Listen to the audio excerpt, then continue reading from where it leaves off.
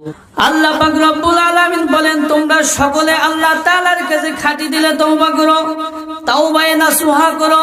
খাঁটি দিলে তাওবা, তাওবায়ে নাসুহা কাকে বলা হয়? বলে যে তাওবার মধ্যে 4টা শর্ত রয়েছে, ওইটাকে খাঁটি দিলে তাওবা বলা হয়।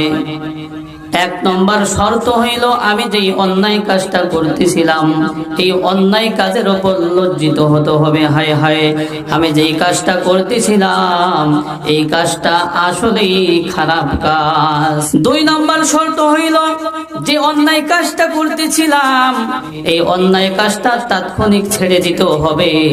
3 নম্বর শর্ত হইল, ভবিষ্যতের জন্য দৃঢ় সংকল্প করতে হবে, এই অন্যায় কাজটা আমি সামনে ভবিষ্যতেও আর করব না। 4 নম্বর শর্ত হইল, যদি বান্দার কোনো হক থাকে, কারো থেকে যদি আমি টাকা পয়সা নিয়ে থাকি, তার জানতে কিংবা অজান্তে ওইগুলো পরিশোধ করতে হবে, কারণ আল্লাহ পাক রব্বুল আলামিন বান্দার হককে মাফ করবে না।